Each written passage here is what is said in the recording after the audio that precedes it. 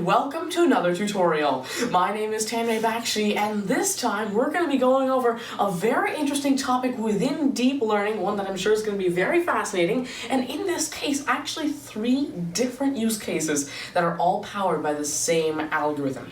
Now this algorithm is called pix2pix. You may have already heard of it. It's actually quite popular, and it uses something called conditional generative adversarial networks. And today I'm going to be showing you how you can actually use this technology in order to implement 3 use cases. First of all, facial segmentation to find out exactly to the pixel where your face is in an image and all of the other attributes of your face.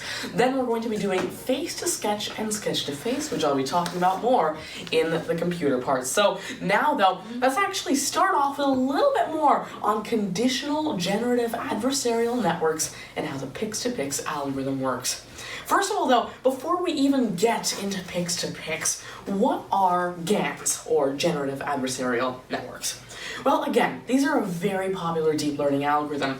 However, in essence, generative adversarial networks aim to create neural networks that can generate new, realistic information. Now, up until now, they've been used mainly for images because, of course, you can actually synthesize human and photorealistic details and images using these techniques. It's very, very interesting. So let's actually take a look at how the algorithm works. Now, of course, you can't just use a neural network, or at least in this case, you can't just use a neural network in order to generate data. So you have to use some kind of combination of neural networks in this case in order to generate such photorealistic and generally such convincing data. In fact, speaking of convincing, this network has 2 parts in total. Now these parts are, first of all, the generator, of course, because we have to have some kind of neural network that can create our data for us. But we've also got the discriminator. Alright, now these are the 2 parts of the neural network. Now these 2 parts work for and against each other basically. Now what I mean by that is, of course, let's just say that we feed in, millions of human faces into the generator. Now we feed in all of the faces, and the generator is going to try and create new versions of these faces. It'll create new faces that we've never seen before, alright? Now, when the generator starts out, and for example, let's just say it generates some kind of face over here, pretend that's kind of image. Now the problem is that's not very realistic. This is the very first epoch, the very first training iteration, and what happens is this image is sent over to the discriminator. And the discriminator is going to say, is this a real human face, or is this a fake human face created by the generator? Basically, is it from this training data, or is it something that the generator created? So it's going to ask itself that question, and using its neural network, it'll say, well, this is probably fake. Alright, so now the discriminator knows that this image was fake. It was created by the generator and is not a sample from the training data or any other kind of real data. Now this is where the fun part comes in. See, the loss function, which is basically what tells the neural networks where their weights should go, that will actually tell the generator, hey, the discriminator thought that your image was fake. Now this is something you shouldn't do. You should create more realistic images so that the discriminator thinks that the images are real. So in the next epoch, what should happen, or in the next training iteration, more faces will be fed into the generator. It'll keep training, it'll create a slightly more realistic sample. Let's just say, of course, it recreates a sample, and in this case it makes a small difference. What's going to happen is this image will go over to the discriminator, and now, theoretically, what should happen is this time, instead of the discriminator saying that it's fake, the discriminator will say that the image is real. It'll get tricked into thinking that it's a real image. Now, when the discriminator gets tricked, it should become better. And now, in the next few training iterations, it'll learn that these kind of images are indeed fake, because the program will tell the discriminator that, hey, what you just saw was indeed created by the generator. There we go. And now over time, what happens is the generator and the discriminator work against each other. They basically compete with each other. They try and become better so that the other one doesn't actually recognize what they do. And in doing that, we get very, very realistic images, or really any other kind of data created by our generator. This can be used for audio, for text, for images, practically anything. But currently it's applied most to images because they work so well with convolutional neural networks, and the output is really exciting. But this time, we've got something a little bit different. Instead of regular old generative adversarial networks, we've got conditional GANs. Now, conditional GANs are a little bit different. Instead of just feeding thousands of faces into the generator and expecting it to come out with new results, we actually convert, or basically translate, specific kinds of images to other kinds of images. Let me give you an example. Now, just for example, let's just say we erase this input over here, we erase the output that the generator creates, and of course we erase the discriminator's output as well. Now we've got the generator and discriminator networks, but instead of just feeding raw millions of faces, this time we feed in a sketch of a face.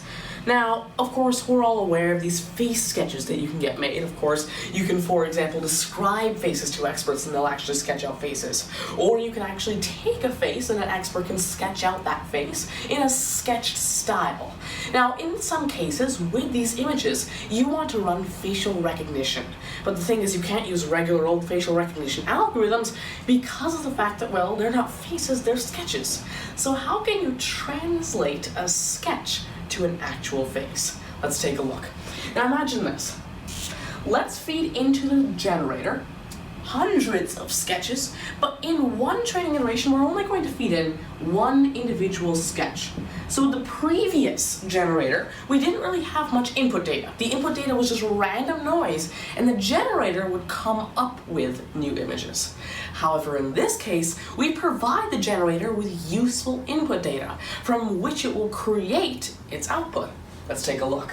Now, once we feed in the sketch, the generator, let's just say at the first training iteration, is going to create a very, very noisy and basically just random output of a face. And so the generator will return this really sort of garbage result that means absolutely nothing. And again, this will be fed into the discriminator, but there's a small difference. Instead of just this image being fed into the discriminator, we also now have one more input to the discriminator. And this is the input that was given to the generator. Now what the discriminator knows is, hey, this was the input given to the generator, and this was the generator's output. Now thinking about both of these, was this output given by the generator, or was it the actual sample from the training data? And so this sketch will actually make its way over to the discriminator as well. And once it makes its way over to the discriminator, it's going to return, hey, this is fake, because it realizes that this is not from the training set. If you were to, for example, give a sketch and a face that was actually from the training data, then the discriminator should be able to realize that, hey, this is a real image. This is indeed something that is not synthesized. However, in this case with the generator, it should say it's fake. And again, these two networks are going to compete with each other and try and give better and better results each time. And in doing so, we get very good output when we give it new sketches. And you can do this for practically any kind of data. In fact, there are even, for example, cycle generative adversarial networks. That's basically an entire new video about how those kinds of GANs work. And in essence, what they can do is unpaired image translation. So you don't need to say, all right, here's a face and here's its sketch. Here's a face and here's its sketch. We just say, here's a bunch of faces, here's a bunch of sketches. There is a correlation between them. Now you find that correlation. We don't specifically match any faces to any sketches. Now that's very useful because, for example, I've got, and I actually do, a huge database of face sketches, but not really many faces. And so I can't make the correlation. But with cycle GANs, I can do unpaired image translation and say, hey, bunch of faces, bunch of face sketches, and it automatically learns how to do the generation and the discrimination. But then again though, that's an entirely separate video. Today, I'm going to be showing you how you can implement this very algorithm for a few different tasks. And we're going to start off with a task known as facial segmentation. Now, in essence, what this task is going to do, it's going to allow us to find out not only a bounding box of where a face is in a video or image, but instead it's going to give us pixel-precise segmentations of where exactly not only your face is in an image, but your eyes, your nose, your eyebrows, and your hair, and a little bit of your neck. And of course it's going to remove the entire background, so you could use it for a lot of different tasks. Like just for example, on the new iPhones, we've got the portrait mode. Now you can actually simulate something like that using a neural network by finding and segmenting a face in an image or video, and quite literally in real time blurring everything else. It's very interesting technology, but now, without any further ado, let's take a look at how you can implement this very use case and train all of this on the Jarvis Cloud platform. Alright, let's head over to the computer where I'm going to be showing you how you can use PyTorch to implement this entire project. Let's get to it. Alright, so welcome back to the programming part, and now I'm going to show you how you can actually implement this system. Let's take a look. Now to get started, I recommend going over to the GitHub page linked in the video description. Now this GitHub page actually shows the work over here, which actually is a port of the original pix2pix algorithm over to PyTorch. Originally it was written in Torch, or at least that's one of the most popular implementations. There are ports to TensorFlow, to PyTorch, to quite a few different libraries. Unfortunately, not many to Keras just yet. However, PyTorch is also a very, very good deep learning library, which we'll be taking a look into today. Alright, so as you can see, there are many interesting use cases that people have already implemented this for. Like as you can see, for example, just here, people have actually trained this neural network to translate horses to zebras. Now again, all they had to do for that was the same kind of unsupervised, or not unsupervised, but unlabeled translation from image to image that I was showing you, and this is implemented with the Cycle GANs. You can also do the same for summer to winter photos. You can do the same for winter to summer. You can do photo to Monet, Monet to photo, tons of different use cases that you can implement this for. Of course, you can actually do the opposite of facial segmentation, or in this case, city segmentation in this case, which is actually labels to street scene, where they take segmented images and convert them back to the original images. Of course, since it's a little bit ambiguous. There is a little bit of a problem with that one. However, then again, it does prove how the neural networks are able to create that kind of data. There are also facades to labels. You can also do image colorization, edge to photo. You can convert aerial or satellite images into actual map images. It's very, very interesting what all you can do with the neural network. However, of course, one of the main use cases that you might actually already know this for is, of course, the edges to cats demo, or edges to handbags, or quite a few different other use cases. As you can see over here, you can convert little line drawings into cat texturized drawings. So again, quite interesting. However, today though, we're not looking at any of those implementations. We're looking at our own custom implementations. So let's actually go ahead and get started. Now, in order to start off, you need a place to actually train. In this case, I'm using, of course, Jarvis over here, hosted on Nimbix. And so, I've actually spun up two different instances. First of all, an NVIDIA DGX1 server. Now this DGX1 server, extremely powerful, will allow us to train these neural network models very quickly, and of course I've also got the Nimbix file manager open, and this will allow me to quite instantly actually send and receive files from the server, so that I can actually do very quick prototyping, see what the results are from the neural network very quickly. Alright, let's take a look a little bit deeper. Now if we go over here, this is the Nimbix file manager. Now inside of the Nimbix file manager, we can actually see that I have already git cloned the repository. Again, you can just do that, there's a link to it in the description below. Once you've cloned that repository over to your server, your computer, your GPU computer, whatever you may have, once you've gotten that though, you have to start off by taking a look at the data sets. Now, of course, the first thing you need to do is figure out how to get some data to the model. Now, since we're starting off with the facial segmentation, I'd like to show you the data set that I prepared. Now, let's go over to the face segment data set, and these are all the folders within that data set. And let's start by taking a look at the folder A. Now, of course, inside of folder A are the first set of images that are going to be going into the model. Now, again, for this model, we've got an input and an output. The input and output are both images, and we want to do image translation from A to B. We could also do B to A, and I'll talk about that in just one moment. Now, inside of A, we've got all the inputs that we're going to be giving our neural network, and I've got a training set, a testing set, and a validation set. In this case, just for the sake of simplicity and because it didn't have much data, I just copied and pasted the test and validation data sets. They're the same. It doesn't really matter. Of course, it's always optimal to have different data sets. But going into the training data set, as you can see, we've got a bunch of bitmap images. Now, these bitmap images, unfortunately, because of a small glitch of how OwnCloud, which is what Jarvis uses, actually displays bitmaps. Apparently, it is showing us an inverted color here. Of course, these people aren't actually green. However, since I believe the color scheme is inverted, it's displaying that as green. Of course, what we could actually do is open that up on my local computer and take a look and make sure that's actually a problem in the facial or in the OwnCloud and not actually in the images. Let's take a look. Now, if we're going to A, training. Alright, as you can see, yes, that is indeed a problem with OwnCloud, not a problem with the dataset. As you can see, these are the images without that weird green stuff, and so these are all of the images. Of course, I'm going to be giving a link to where I actually got this data in the description as well. Very, very interesting data source for that.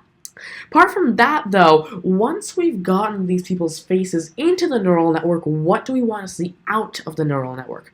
Well, what we want to see out of the neural network is facial segmentation maps. And what I mean by maps is basically what is at each pixel. So if I actually go back over to the B folder over here, and I think you'll be able to see that better in OwnCloud, if we go back to the B folder, inside of B, and if we go into train, you can see these maps. Alright, now these maps, if we actually open them up, actually show what's at each and every individual pixel.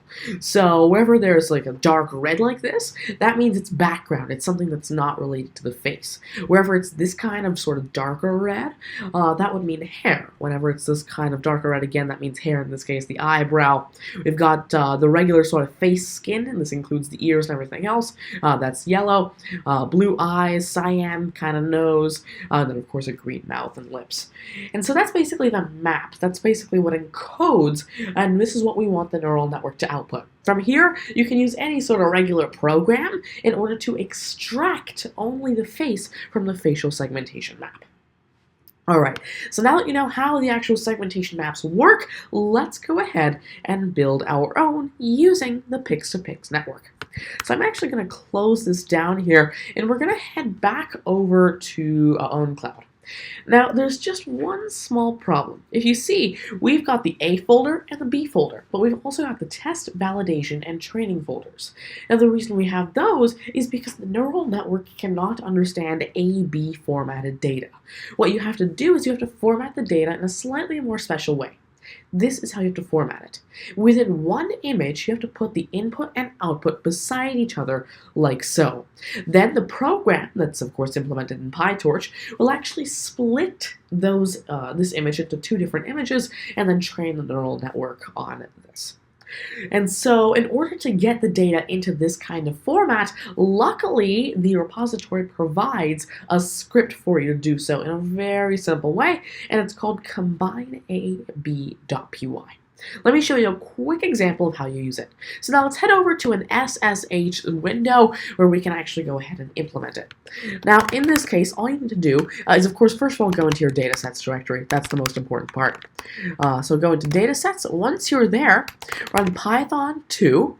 Of course, combineab.py, and you want to give it the A fold, which is where A data is located. In this case, that's in face segment /A.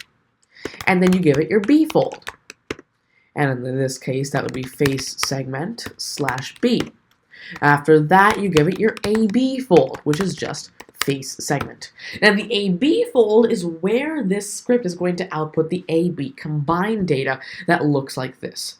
And so of course I don't want to give it a different directory, we're just going to go in the same face segment directory. And so again, just so you know though, of course inside of the face segment directory you've got B, you've got A, and now inside of that same directory we're going to have the combined AB.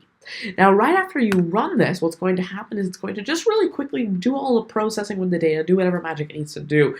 Now, this may take, I don't know, a few seconds. Usually this is very, very fast. As you can see, it's just kind of blazing through that. And I've tried this out with around 4,000 images as well, and that took me only around 3 minutes of processing time to actually get that done. So it doesn't take too long, works relatively quickly, and so that's going to combine your data into a format that the neural network can understand. Once you've gotten your data though, then you're ready to move on to the fun part. And the fun part is training your model. However, you don't need to actually train it absolutely from scratch. You can actually go and head over to the GitHub repository, scroll down a little bit, and they provide an example of how to train and actually test a pix2pix model. So let's actually go ahead, copy their command for training a model, and let's use that in order to actually train one of our own models. So I'm going to paste that to the terminal window, and let's make whatever modifications we need to make this command useful for our use case. Now, in this case, my machine has actually got 8 GPUs. So what I can do is do GPU IDs. And again, since PyTorch is so flexible, it supports multiple GPUs. So I just tell it which GPU IDs to use. And there we go. Now, one more thing to note, though, is that this version of Linux doesn't actually have a desktop attached to it. And this is actually going to start logging out to the desktop some training progress. Now, for most people, that would be very, very useful. But since my cloud environment doesn't have that, and since I haven't installed it either, in this case, I'm going to give it a display ID of 0 so that it knows it shouldn't try and display something and in turn crash, because there's no display. Now, in the direction, you want to say A to B, because what we're doing is creating facial segmentation maps out of faces, not the other way around. And since we've got the faces in the A directory and the maps in the B directory, you want to do the A to B direction. Once that's nice and done though, you need to define which model type you want to use. In this case, we're using the UNet 256. I'm going to link to a paper in the description below. This paper is going to describe what UNet is, and 256 is just sort of the model size, that kind of thing. This basically describes exactly which model we're using. Again, more details in the description below. Apart from that, we're using a pix2pix model. You can set this to cycle GAN, but a lot of the other parameters will change, and there's also an example of how to use cycle GAN up here in the repository as well. Alright, after you've created that model though, you can actually name your model as well. I'm going to name this V2, and of course, I'm not going to name this FatCades because we're not using the buildings data set. Instead, I'm going to name this facial or face segment pix2pix V2. All right. Once that's done, you finally tell it where your data is located in the data root parameter, and in this case, this would be ./datasets/face segment. And that is where our data is located. Apart from that, just due to a few quirks in my environment, I need to use Python 2. Depending on your cloud environment, you may or may not need to. Maybe you even use Python 3. Again, really depends on what you're comfortable with. Once you've got that command, though, you are ready to go. Again, really depends on your use case, exactly what the command is. It depends on your data and your environment setup. However, for me, this is the command that works.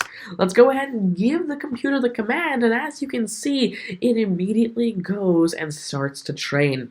It's going to go ahead and split that up and do some data parallelism on GPUs. Again, very soon you'll probably see a video of me explaining how exactly data parallelism and model parallelism allow you to train neural network models on multiple GPUs. But as you can see, our neural network is on its way, doing epoch after epoch.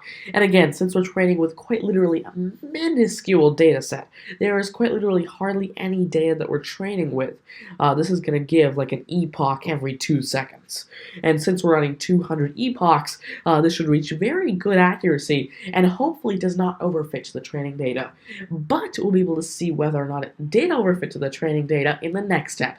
And the next step is the testing step. Now again, I don't want you to watch paint dry, and I don't want you to have to watch a sped up time lapse either, so I've already pre-trained the model using this exact method, just left this here for a few minutes, around 30-ish minutes, and it trained the model for me. Now, though, we can go ahead and test out the model that I trained for you. In order to test it out, though, let's actually go ahead, Control-C that, and now head back over to PyTorch and the, not PyTorch, but the repository, and take a look at what command they use to test out the model. So let's actually go ahead, copy that command, go back over to our computer, paste it in. Now let's make some more changes. Again, we want the display ID to be 0, but then again, though, since we're just doing inference and it's only on a few images, we don't need multi-GPU. The overhead of multi-GPU might even not outweigh the advantages that we get when we actually run it with many GPUs. So let's just keep it with one GPU for now. We're going to use an A to B direction again. We're going to give it the same model type, and of course I'm going to give it the model name. Now, again, I named my model V2. Why am I not telling this V2? Well, the reason is, when I trained the V2 model, I stopped it halfway in between, so you didn't need to watch it train. Now, my V1 model, which doesn't have V2 at the end, is of course the one that's pre-trained, so we're going to use that model for now. Again, we're going to pass it the datasets/face segment, and because of the fact that we told it the phase over here, where's phase? No, we don't actually tell it the phase. Well, since we're using the Python test.py script, it knows that we don't need to use the training set, but the testing set. Same thing for the training set. It doesn't know. It knows that it doesn't need to use the test set. But now, though, fixing the Python quirk, we can go ahead and send that command over to the model. There we go. Now the model is actually starting to train, or not train, it's starting to run its inference. We can take a look at how the facial segmentation map turned out. Alright, let's see it. Now this is actually quite exciting. Again, I don't need to secure copy or do anything to get my my files back over to my local computer and see them. All I can do is go over to the Jarvis, or in this case the Nimbix file manager, go over to the results folder. Once I'm inside of results, I just click on my model name, in this case, face segment pix2pix. Go over to test latest. Tell it to give me the images and not the HTML. Give that just 1 second. Sometimes the internet's not very cooperative with us, but we just have to wait for a second. Might just need to speed this up. Alright, as you can see, it's back, and now we can actually head over to the images folder. And inside of images, we see a bunch of images. I'm going to sort this by name, and let's start by taking a look at this image over here. This is an image of a human face. Now, let's take a look at this. Now, this is the real segmentation map created by a human. However, take a look at this face again. This is the segmentation map created by a neural network. I know, it's fascinating, isn't it? Now, let's take a look at this face, maybe.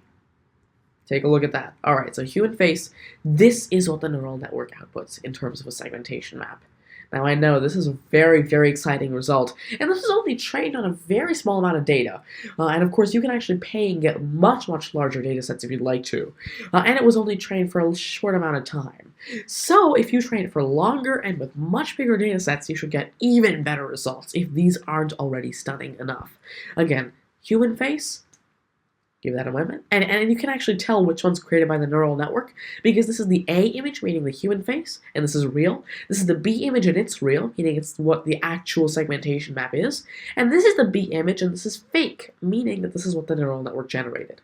So as you can see, this is the real A, this is the fake B. Alright, as you can see, still very fascinating, even though there are a few different, I guess you could say, warps around there, but still, take a look at this one, for example. In most cases, it works almost perfectly. But now, though, let's actually take a look at what we can do with that segmentation map. So I'm going to go ahead and take, first of all, fake B, download it. Alright, there we go. And then I'm going to take real A and download it. All right, there we go once again. Now we've got these two images. Once we've got them though, we can go ahead and do some really fascinating stuff. Let's go back over to the terminal. Now inside of this terminal, I'd like to show you a little bit of code. Now this code over here, very simple, quick Python script that I put together. And in essence, this Python script takes in two files and it returns one file. One of those files that it takes in is a face image. The second one is the segmentation map, and the third one that it gives out is the final face. And it actually uses the segmentation map in order to extract only the face from the image. Let's take a look. Alright, so what I'm going to do first of all is I'm going to go ahead and copy the face image that we just downloaded to /faceimage.png. Alright, then I'm going to copy the segmentation map over to segmapimage.png. ls, as you can see, we've got the correct images. Next, I'm going to run python main.py. I'm going to pass it the face image, the segmentation map image, and I'm also going to pass it the cleaned face image.png. And this is what the neural network, or not the neural network, the Python script outputs. Run the command, and there we go. Now watch this. So if I actually go ahead over to this folder over here, and you can't really see that unfortunately, but if I open this up, this is the original face image. Now, as you can see, behind this person, there's a gray background. Now, it doesn't sound very bad, but there could be a very noisy background behind that person. Pretend, for example, he's in a very crowded area and he does not want that crowd in the image. This is the segmentation map. It shows the red where all the background is. Now watch this. Using that Python script, I eliminated all of the gray, and it's almost pixel perfect. No more gray, only white in those areas now. And now, just imagine wherever he was in that crowded area, there's nothing behind him anymore. Now, it's just clean, white background. And just like that, we've created a neural network that can do facial segmentation. How long did that take? Using pix2pix, that only took at maximum, including training time, around 30 minutes. And now though, let's take a look at something a little bit more fascinating. Now let's just say we've segmented this person's face. And of course there are a few more things to work on, and I'll talk about that in just a moment. But now we want to do something with that face. Let's go ahead and try to do something a little fascinating. Now this thing, again, quite fascinating, but in terms of practical application, not necessarily the most. However, if we go over back to my PyTorch folder, or my pix2pix PyTorch folder, sorry, and then if we go over back to the data sets, and we go over to a folder that I call sketch. If we go over to the A folder, or actually we go over to the B folder, and we go to train, you can see that I've got a bunch of people's faces, all right?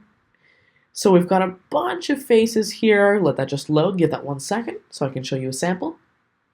All right, there we go. That's one sample. We've got A2, A3, a bunch of different people.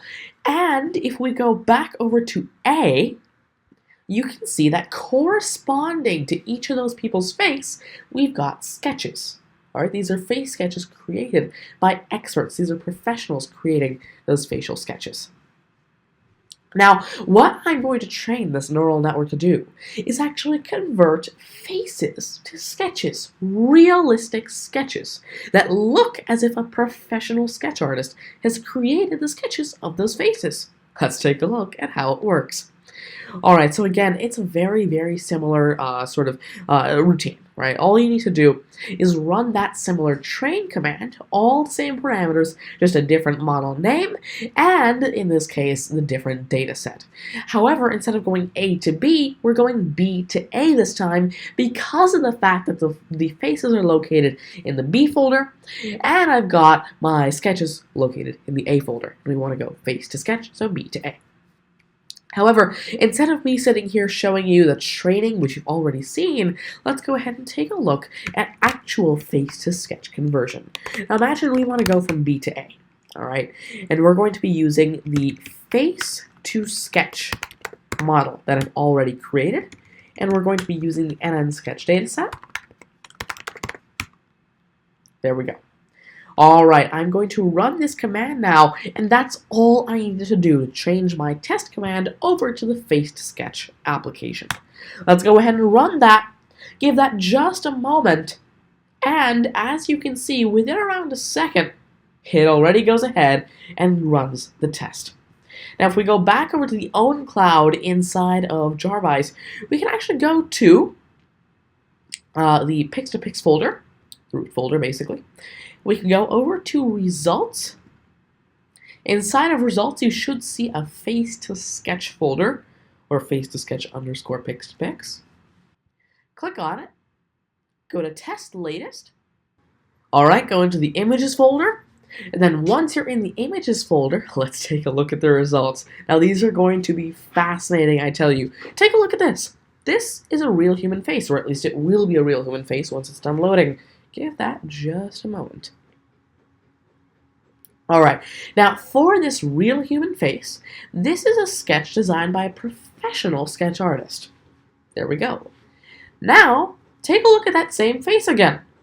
And this is a sketch created by the neural network. Isn't that just so photorealistic? Just look at the difference. This is neural network, sketch artist. Neural network, sketch artist, or sketch artist. Now let's take a look at this example. This is a human face again. And this is what the neural network converted it into. Isn't that just so fascinating? It's so lifelike. It included such realistic details. It knows in sketches, sometimes we add a little bit extra detail, a few more line strokes around here, maybe a few line strokes here and here where the clothing are supposed to be. Including, for example, if you were to take a look at the real sketch artist that created that image, look. If anything, the neural network might even look a little bit more sketch-like because it learns over time that has to create really sketch-style images. Whereas the sketch artist tries to create more realistic images, but ends up becoming more sketchy, which is why the neural network learns that. And in fact, this is again a real human face converted to a sketch by a neural network like so. You can actually click through the real human face in the neural network sketch, and you realize that they're almost the same in terms of face, almost pixel to pixel. Again, that's the name of the algorithm. Of course it is. And again, final example over here. This person, you can even see, for example, just look at that hair over here in the real human face. Even over here, look at how the neural network expertly translated that into a sketch. Just like that. And this is what the real human expert created in terms of a sketch.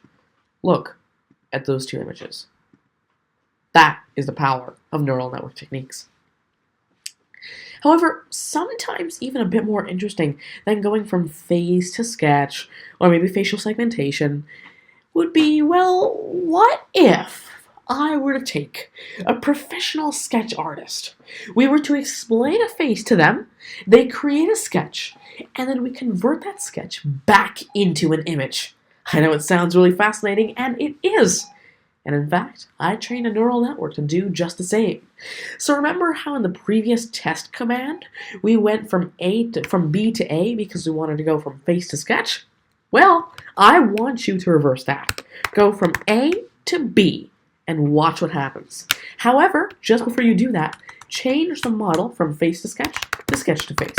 And remember, just so you know, and just in case you don't have the computing power to actually train these models, I will be providing the pre-trained models that you can import into your own pix2pix folder in the description below in the GitHub repository.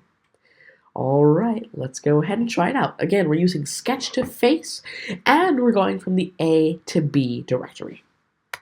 Alright, we're going to run that command and take a look at what the output is. Give that just a moment. It's going to initiate the model. And it's going to go ahead and take a look at the data. Now, this is the fascinating part. Go here. Let's go back over to the results folder. Give that just a second to load. And now, let's go ahead and click on sketch2face. Test latest. And this is the moment of truth. Let's see what the neural network gives us. Alright, let's click on the images folder. And then once you are in the images folder, let's take a look at this sketch. Okay, pretty realistic sketch created by a human being. Now, let's take a look at the real human face behind it. Okay, great. Sketch again. And now, let's see what the neural network outputs as the human face. My God, that is extremely realistic. Look at those two faces. In fact, look at the sketch to the face. It's almost perfect again, pixel to pixel. Let's take a look at this sketch. Now, what does the neural network output for this one? It outputs, well, let's see. Wait for it. This. Again, that is extremely realistic. Again, you might say, hey, well, there's a little bit of warping around here. It looks like there are a few JPEG artifacts. Well, then again, though, this is a neural network, has not been trained on nearly enough data. It's an extremely complex task. Human faces are very, very different, and it hasn't been trained for very long. So, if you were to combine all those disadvantages, this is a very impressive result. And, of course, GANs aren't perfect either. However, think about this. We were able to get this close with those many disadvantages. If we were to train with a lot more data, with a lot more time and patience, we would be getting a lot closer to an actual even more photorealistic sketch-to-face system. Again, this is another this is another face sketch, and this is the neural network's output. Let's take a look at one or two more. Face sketch. Neural network face. Face sketch. There we go. Again, you can actually take a look at the actual human face and what the neural network created. Look at the similarity there. And look at the similarity between specifically this sketch and the human face generated via the neural network. Look at how realistic that is. And so that was an example of how you can go from not only facial segmentation, but also converting faces to face sketches without the help of a professional face sketch artist, and then even further, converting the work of that sketch artist into human faces.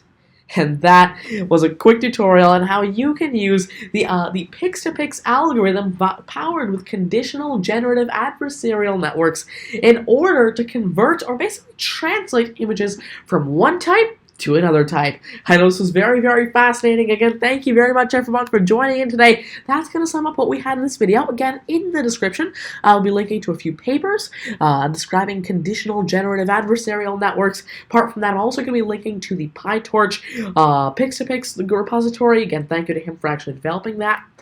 Apart from that, I'm also going to be providing a few more tutorials regarding the next steps. Because if you think about it, with facial segmentation, we did a great job. Right? We can segment faces from images. But there's still something missing. Because if you think about it, the facial segmentation only really works well if we've got a tight bounding box around that face. Not necessarily tight bounding box around the face, but you probably get what I mean. We don't not want a lot of extraneous noise around it, so we can get really pixel perfect with those segmentations, and so that the neural network has enough contextual information. So, what if we could use another neural network in order to do facial detection, and then using the detected face, do segmentation? That is exactly what I'm going to show you how to do in the next part of the video. And then we're going to build an end-to-end system where you can input a face, get the facial segmentation map out, then actually extract the face from the image and create a sketch from the image. In essence, we'll create a web service where you can actually basically upload a picture of anyone and create a sketch of, again, practically anyone. It's going to be really, really interesting. That video is going to be coming out soon as a part 2 to this one, but I hope you enjoyed this tutorial where I showed you how to do facial segmentation, converting faces to sketches, and then from there, even sketches to faces with extremely photorealistic results, even with very little training data, and of course, very little training time. Again, thank you very much for joining in today. There will be more about cycle GANs and unsupervised or unlabeled or unpaired image translation coming soon. Thank you for joining in today. That's going to sum up this tutorial. Again, if you really did enjoy, or if this really did help you out, please do consider subscribing to this YouTube channel, as it really does help out a lot. Apart from that, if you've got any more questions, suggestions, or feedback, leave it down in the comment section below. I'd love to hear from you. And that's going to sum up what I had for this video today. Thank you very much, everyone. Goodbye.